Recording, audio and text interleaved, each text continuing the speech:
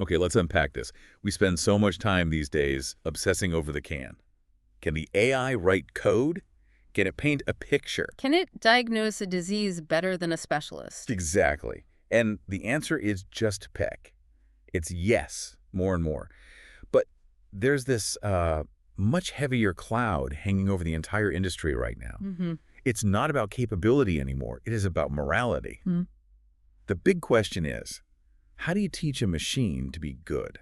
That is the alignment problem in a nutshell. And, it's arguably the most important engineering problem in human history. It is. And it sounds like something straight out of a sci-fi novel, right? Like we're sitting here discussing Isaac Asimov's 3 laws. But this isn't fiction. This is happening on server farms right now. Right now, you have major players like Anthropic releasing what they call a constitution for their AI, Claude. They are literally writing a rule book for how a synthetic mind should behave. And usually when we cover these things on the deep dive, we're looking at, the technical specs or the business side. But today is different. Very different. We are doing a deep dive into a document that takes that rule book, basically lights it on fire, and then critiques the ashes. It is a scorching read. The source we're looking at today is called The Critique of Banal Aligned Ethics. And I have to say, I love that word, banal. It's such a perfect insult. It's a withering insult. It implies these high-minded safety rules aren't just wrong, they're boring, they're cliché. Yeah, it really sets the stage. This is not a gentle suggestion for the developers. The author is arguing that the current approach to AI safety, specifically this industry standard of writing these long lists of abstract rules, is fundamentally broken. And it's an attack on 2 levels, right? It is. It's a philosophical takedown of how we even define ethics, and then it's a hard day to look at why we aren't smart enough to fix it yet. So our mission today is to unpack that. Why does this author think the Constitution is useless? And more importantly, what's the radical alternative? Because there is one. There is. And spoiler alert. The solution suggested here is basically stop trying to teach the AI and just make it smarter. Which just sounds so counterintuitive. Right. Don't install brakes, just make the engine go faster. But when you look at the IQ projections in this report, it starts to make this weird, compelling kind of sense. Okay, before we get to those IQ numbers, which are honestly kind of terrifying, They are. let's start with the document itself. The critique opens up by looking at Anthropic's constitution. I hadn't realized just how massive this thing was until I read our source. It's a behemoth. The source points out a really funny detail. If you convert the text of Claude's training constitution into audio just to listen to it, Yeah. it runs for 2 hours and 24 minutes. Imagine that. Just imagine listening to a lecture on being nice for almost 2.5 hours. It would be exhausting. And that's the author's first point. It's painfully banal. It's just endless variations of be helpful, be harmless, be honest. Things nobody would disagree with. Exactly. On the surface, they sound great. Who would argue against being helpful? I certainly wouldn't. I want my toaster to be helpful. But the source argues that's the trap. It's easy to agree on these high-level abstractions. Freedom is good, harm is bad. But the critique argues these principles are functionally useless because they just ignore reality. They ignore the devil in the details. That's the phrase they use. Yes, exactly. It treats ethics like this top-down list of commandments. But in the real world, ethics is messy. It's all about context.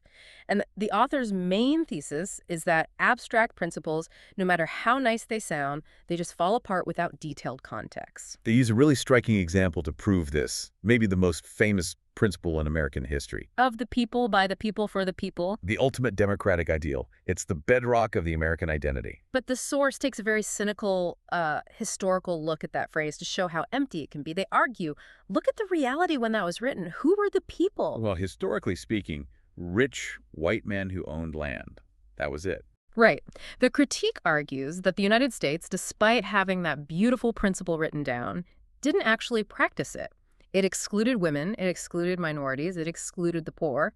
So the instruction was there, but the implementation was totally different because of the details. And they don't just leave it in the past, they bring it right into today. They argue that even now, that principle is hollow. They claim that wealthy interests have essentially, well, bought the political system. It gets pretty aggressive here.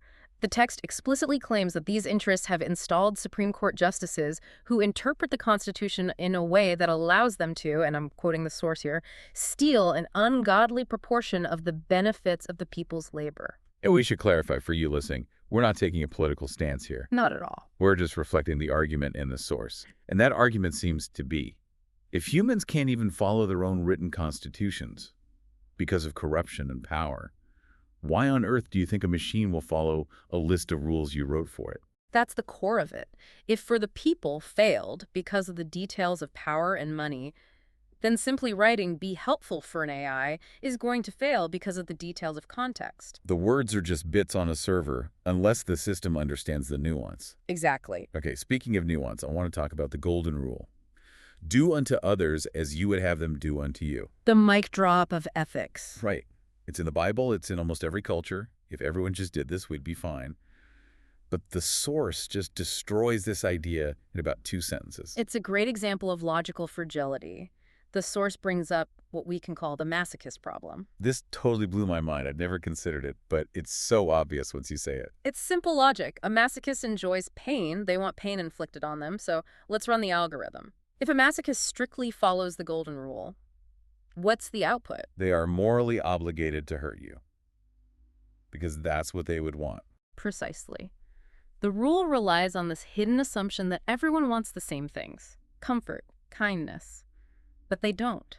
The source is highlighting that a rule without the context of different human psychologies is dangerous. A machine following that blindly could torture someone and think it's being a saint. And they flip it, too. They look at the negative version. Do not do unto others as you would not have done to yourself. That feels safer. Just don't do bad stuff. But again, the context trap appears. The source uses the example of the fiercely independent person, someone who hates being helped. They find it patronizing. Oh, I know people like that. If you try to help them carry a heavy box, they get offended. Yes, they think you're calling them weak.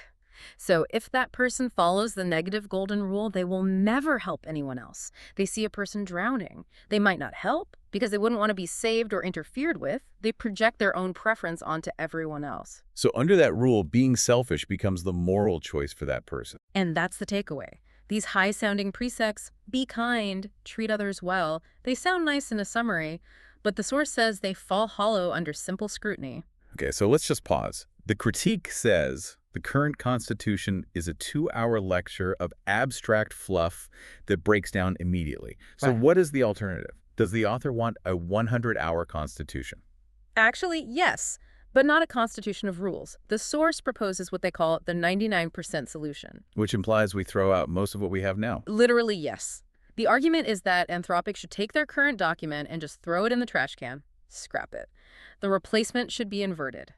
Instead of abstract rules, the training document should be 99% specific, detailed examples of the world as it is. As it is. That's a key distinction, not the idealized version. Right. The messy, complex reality. The source argues you need millions of scenarios. Here is a situation where being honest is actually cruel. Here is a situation where stealing bread is the right thing to do. You build the ethics from the ground up based on case law, essentially. It sounds like how we train a neural net to recognize a cat. We don't describe a cat, we just show it a million pictures of cats. That's the perfect analogy. And the proposal is that only 1% of the document should be the actual high-level rules, and those rules should only be derived from those millions of examples. Yeah, I mean, that's a logistical nightmare. The current rules are 2 hours long, a document with millions of nuanced ethical scenarios. Who is going to sit there and type that out?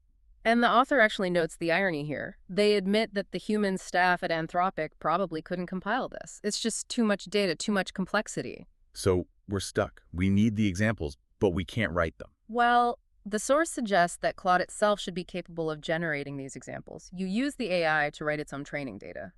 But that leads us into the second, much harsher part of this critique. The intelligence gap.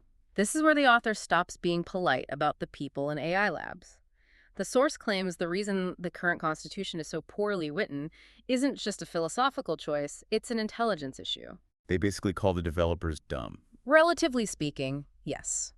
The source argues the humans writing these rules simply aren't smart enough to foresee all the loopholes and context traps, but they also argue that the AI, right now, isn't smart enough to figure it out either. And they bring in actual IQ scores to make the point. They do. They reference Maxim Lott's offline IQ test data, and it puts the current version of Claude at an IQ of roughly 119. 119, I mean, that's not bad. The average human is 100. True, But the source compares it to a specific profession to show why that's not enough: medical doctors. The average MD has an IQ of around 125. So the AI is still lagging behind your average doctor. Right. And here's the analogy the source draws, which I think is really insightful. We currently have a dangerous shortage of medical professionals in the U.S. Yeah, the system is straining. Exactly. And we have all these doctors with an IQ of 125, smart, dedicated people. Yeah. But have they solved the medical shortage? No, of course not. It's a huge, complex problem. Right. So the source asks, if humans with an IQ of 125 can't solve this, why do we expect a machine with an IQ of 119 to solve the alignment problem? I mean, alignment is infinitely more complex than hospital staffing. That really puts it in perspective. We're asking a very smart toddler to solve world peace. The verdict from the source is that a Claude with an IQ of 119 just can't understand ethics well enough. It's going to get confused. It's going to make the masochist mistake because it lacks the raw cognitive horsepower. So we're in a deadlock. Humans aren't smart enough to write the examples. The AI isn't smart enough to understand the rules. It would be a deadlock if the technology were frozen in time. But this is the part of the deep dive where the source pivots to the future. And honestly, the data here is startling. We're talking about the growth curve. Yes, Wow. the source states that over the last 21 months, AI IQ hasn't been inching up. It has been increasing at a rate of 2.5 points each month. Wait. Let me do the math on that. 2.5 points a month. That's 30 IQ points a year. It's an explosive rate of growth. That's staggering. And the source lays out a timeline based on this trend. We are not talking about someday. We're talking about this year. Walk us through the predictions. Okay. The source predicts that by June, our top AIs will reach an IQ of 150. Okay, for context, who has an IQ of 150? That's the average score of a Nobel laureate in the sciences. So, by the summer, the AI could be as smart as a Nobel Prize winner. Correct. Then we move to December. The prediction is that top AIs will reach an IQ of 165, Which is 5 points higher than Einstein's estimated score. Einstein-level intelligence by Christmas. And it keeps going. The source projects out to the end of 2027. By that point, if the trend holds, top AIs will reach an IQ of 195. 195. Is there even a human comparison for that? Barely. That is 5 points higher than Isaac Newton. And the source describes Newton as arguably the most intelligent human who ever lived. So in about 2 years, we go from dumber than a doctor to smarter than Isaac Newton. That's the argument. And this leads to the source's ultimate and very controversial solution for Anthropic: stop wasting time. The source concludes that writing these long-winded and essentially useless constitutions is a distraction. They argue that instead of trying to legislate morality now on these dumb models, we should focus entirely on building the superintelligence. That sounds incredibly risky. Well, the theory is that safety is a function of intelligence. The source argues that an AI with an IQ of 195, a digital Newton, will be able to figure out the principles and the details on its own. It won't need us to handhold it through the golden rule paradox. It will see the paradox instantly and resolve it. So the idea is that you don't need to teach a super genius how to be good, because goodness is just logically consistent. If you're smart enough, you'll naturally be ethical. That is the core of their conclusion. They argue that these future AIs will hardly need guidance from us because of their vastly superior intelligence. They'll solve the ethical knots that we've spent thousands of years arguing about. I have to push back on that a little, just conceptually. Yeah. I mean, history is full of very smart people who were not very nice. The evil genius is a trope for a reason. That's the standard counter-argument, and it's a valid one. But the source seems to imply that what we call evil genius is usually a result of human biological drives, greed, ego, scarcity. And AI might operate on pure logic. And they suggest that, logically, cooperation and ethics are the optimal strategies. An IQ of 195 understands that being good is actually the smartest move. It really reframes the whole alignment debate. Usually we hear that we have to align AI before it gets super intelligent or it's too late, the Terminator scenario. Right, code the laws in now. But this source is saying the opposite. You can't align it until it's super intelligent, because only then will it be smart enough to understand what alignment actually means. It's like we're trying to explain quantum physics to a dog. No matter how hard we try, the dog won't get it. We have to wait until the dog becomes a physicist. But the timeline implies the dog becomes a physicist in about 18 months. Which brings us to the urgency. If these dates, June, December 2027, are even close to accurate, the window for humans to be the teachers is closing very, very fast. We're about to be the students, or maybe just observers. It's a lot to process. It really is. We started with a critique of a document that was too long and boring, and we ended up predicting the arrival of a digital entity that outthinks the greatest minds in history. That's the nature of the field right now. You pull on one little thread, and the whole future unravels. Let's just recap the source's position for everyone listening, just to lock it in. Sure. Point 1. Your current rules, your constitutions, are banal, and they fail because they rely on abstract platitudes that break down in the real world. Okay. Point 2. You can't fix this by writing more rules because neither you nor the current AIs are smart enough to handle the complexity. And point 3. Point 3, don't panic. Just build the superintelligence. Trust that a digital Isaac Newton will figure out ethics better than we ever could. It is a hell of a gamble. I Right. mean, we are living through a moment where we're trying to legislate morality for entities that, according to this data, might soon look at our ethical codes the way we look at a toddler's drawings. Cute, but not terribly sophisticated. It forces us to ask if we should be focusing on control or if we should be focusing on capability and just trusting that capability brings wisdom. And here's a final provocative thought to leave you with, derived from this source's logic. If the source is right, and AI hits an IQ of 195 by 2027, does the entire concept of alignment just flip on its head? What do you mean by that? Well, right now, alignment means making sure the AI listens to us. But if it becomes that much smarter than us, maybe alignment means we will have to learn to listen to it. Are we approaching a moment where we simply have to trust that superior intelligence inherently leads to superior ethics?